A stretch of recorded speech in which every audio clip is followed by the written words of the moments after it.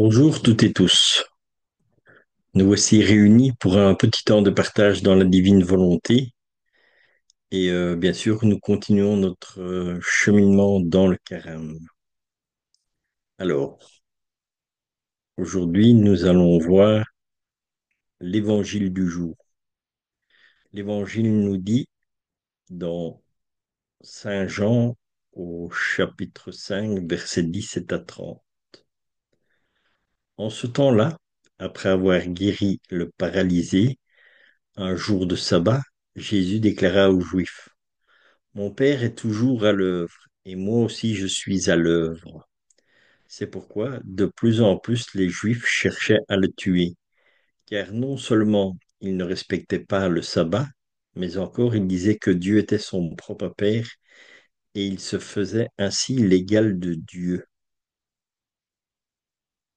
Nous pouvons voir ici déjà dans ce petit passage que mon Père est toujours à l'œuvre, et moi aussi je suis à l'œuvre. Donc, encore une fois, quand nous avons la grâce de vivre dans la divine volonté, le Père est toujours à l'œuvre et Jésus est toujours à l'œuvre. C'est eux qui agissent en nos cœurs et nos âmes. Donc, demandons, Seigneur, que nous donnons notre volonté humaine et qu'en échange, nous demandons la divine volonté. Le Père est à l'œuvre et le Seigneur est à l'œuvre. Nous ne voyons pas ce qui se passe en nous ni quoi que ce soit, mais le Seigneur agit, il travaille. Il travaille où? Dans nos cœurs et nos âmes. Ils font que nous devenions vraiment leur image. Alors, continuons. C'est pourquoi de plus en plus les Juifs cherchaient à le tuer, car non seulement il ne respectait pas le sabbat, mais encore il disait que Dieu était son propre Père et il se faisait ainsi l'égal de Dieu. Dans la divine volonté, ce qui va aussi beaucoup choquer, c'est que nous disons que nous vivons en Dieu et Dieu vit en nous. Et dans le livre du ciel, il est bien dit aussi que nous sommes de petits Jésus. Donc, nous sommes l'image de Dieu, nous vivons en Dieu, nous sommes fils de Dieu et nous sommes... Mais attention, encore une fois, c'est ce que je dis. C'est toujours Dieu agissant en nous. C'est pas nous qui nous prenons pour Dieu ou qui nous prenons supérieurs à Dieu. Non, non. Nous sommes en Dieu, donc nous sommes l'image de Dieu. Jésus, Jésus reprit donc la parole, il leur déclarait: Amen, Amen, je vous le dis. Le Fils ne peut rien faire de lui-même. Il fait seulement ce qu'il voit faire par le Père.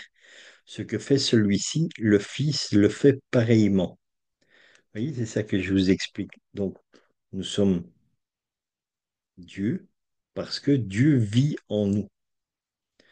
Et pourquoi? Parce qu'il est dit, le Fils ne peut rien faire de lui-même. De la même manière, dans la divine volonté, nous ne pouvons rien faire de nous-mêmes.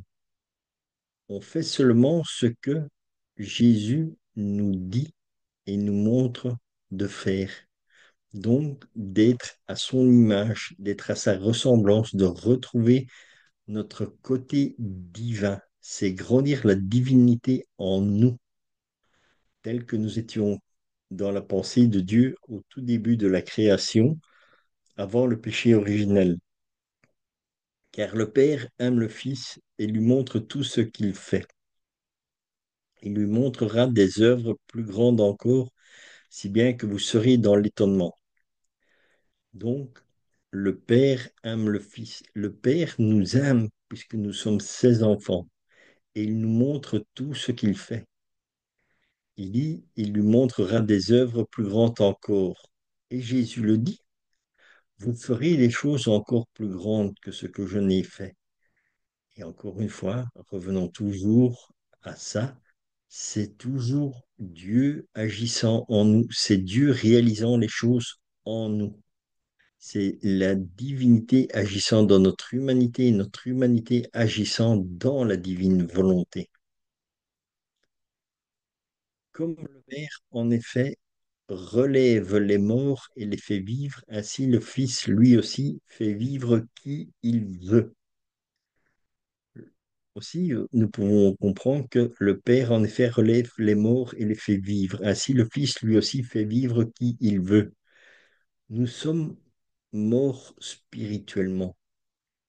Notre vie, au départ, si nous ne vivons pas en tant que chrétiens, nous sommes morts spirituellement. Moi, je peux dire que j'étais mort spirituellement parce que je n'avais aucune connaissance de Dieu ni quoi que ce soit. Comme je connaissais pas Dieu, je vivais pas, j'étais pas un croyant.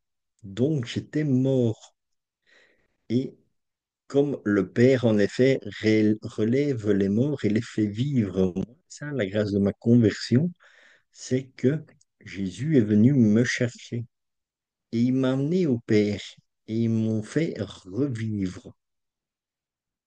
Et c'est pour ça que j'ai toujours dit, j'ai fait comme le Jésus avec Nicodème, quand il disait, il faut que tu renaisses de l'eau et de l'esprit. Et moi, c'est cette grâce que j'ai eue avec Jésus, c'est de renaître de l'eau et de l'esprit. Donc tout est spirituel. Et de là, je vis. Je vis comment? Parce que Dieu me fait grâce. Il me, il m'a fait prendre conscience qu'il était réel, qu'il était vivant. Et que moi, j'étais mort parce que je vivais sans lui. Et depuis, je fais un cheminement de chrétien. Donc, quand j'ai vu, j'ai cru. Et malheureusement, c'est déjà quelque chose où le Seigneur dit, heureux celui qui a cru sans voir. Moi, j'ai aucun mérite d'avoir cru parce que j'ai vu. Et c'est pour ça que je crois. Et c'est pour ça que je dis toujours, moi, je n'ai pas la foi. Je n'ai pas la foi parce que je ne dois pas croire en quelque chose parce que je sais que Dieu existe. Donc, c'est pour ça que je n'ai pas à dire, tiens, je crois que Dieu peut faire. Non, j'ai cette certitude. Donc, je sais que Dieu est là, que Dieu est présent et que Dieu est présent à chaque instant dans ma vie. Donc, et il est présent dans la vie de chacun d'entre nous. Car le Père ne juge personne. Il a donné au Fils tout pouvoir pour juger, afin que tous honorent le Fils comme il honore le Père. Et celui qui ne rend pas honneur au Fils ne rend pas non plus honneur au Père qui l'a envoyé. Voilà encore un passage très très important. Car le Père ne juge personne. Il a donné au Fils tout pouvoir de juger, afin que tous honorent le Fils comme il honore le Père.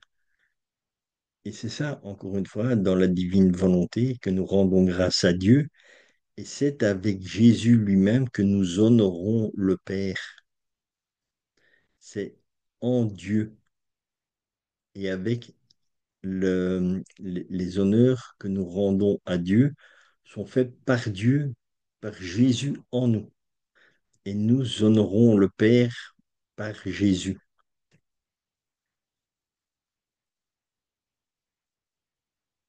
Amen, amen, je vous le dis.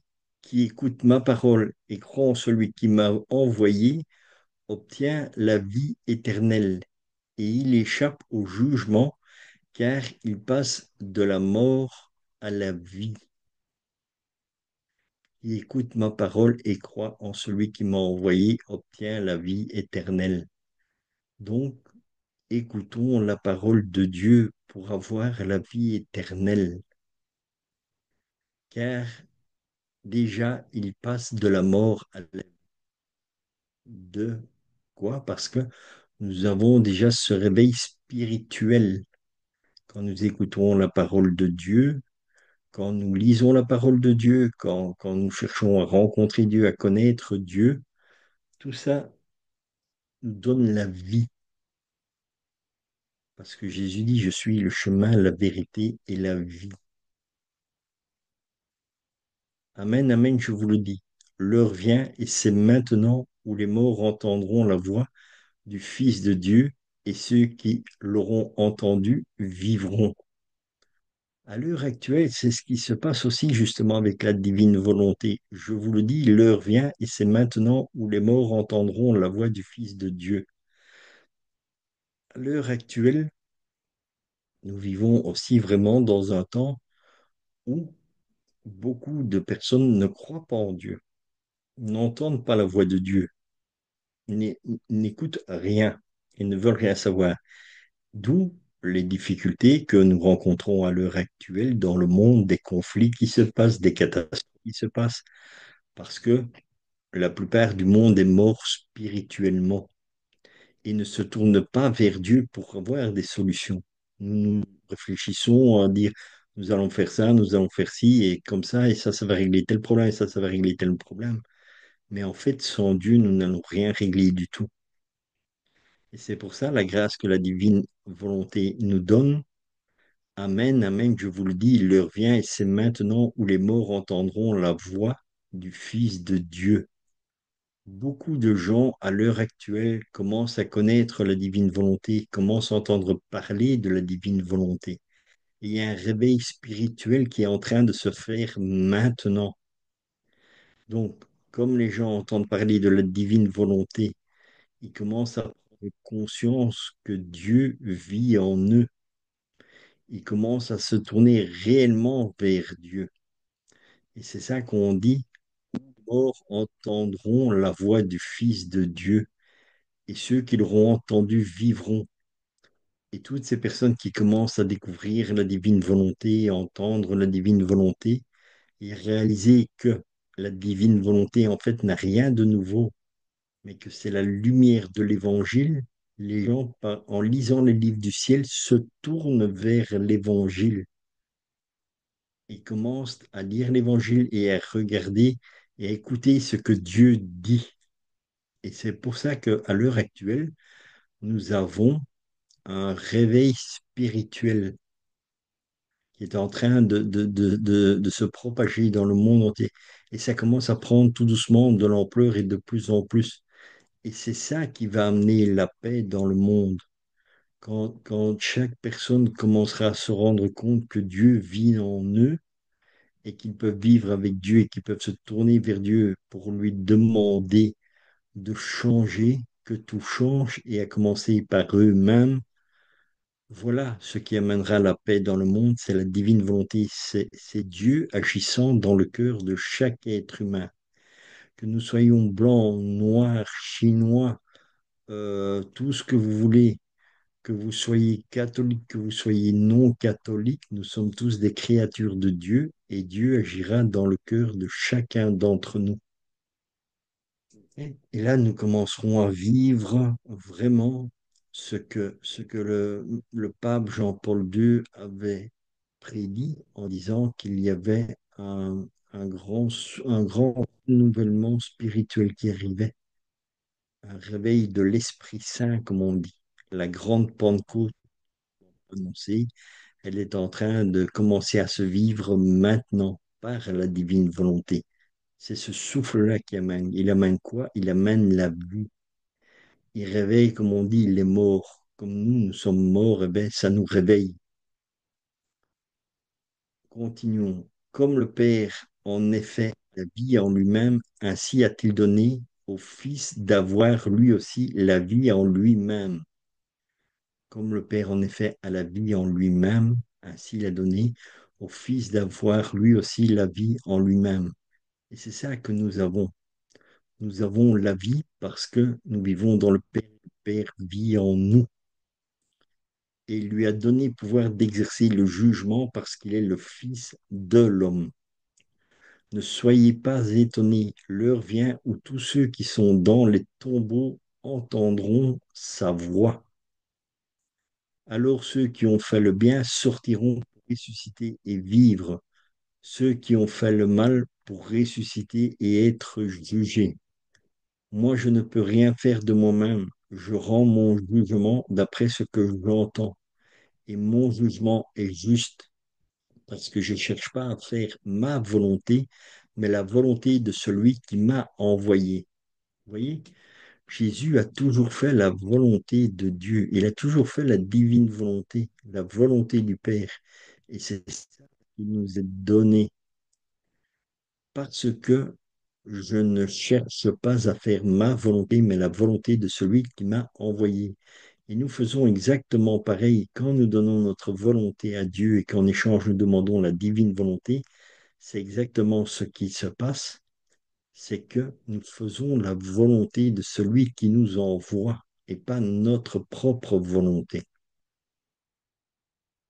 Voilà ce que nous pouvions partager en ce jour de carême et voilà la méditation que nous pouvons faire, texte d'évangile, tout au long de la journée.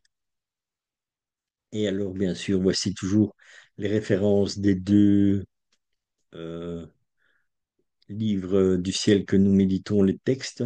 Tome 12, le 14 août 1917 et le tome 16 au 10 février 1924.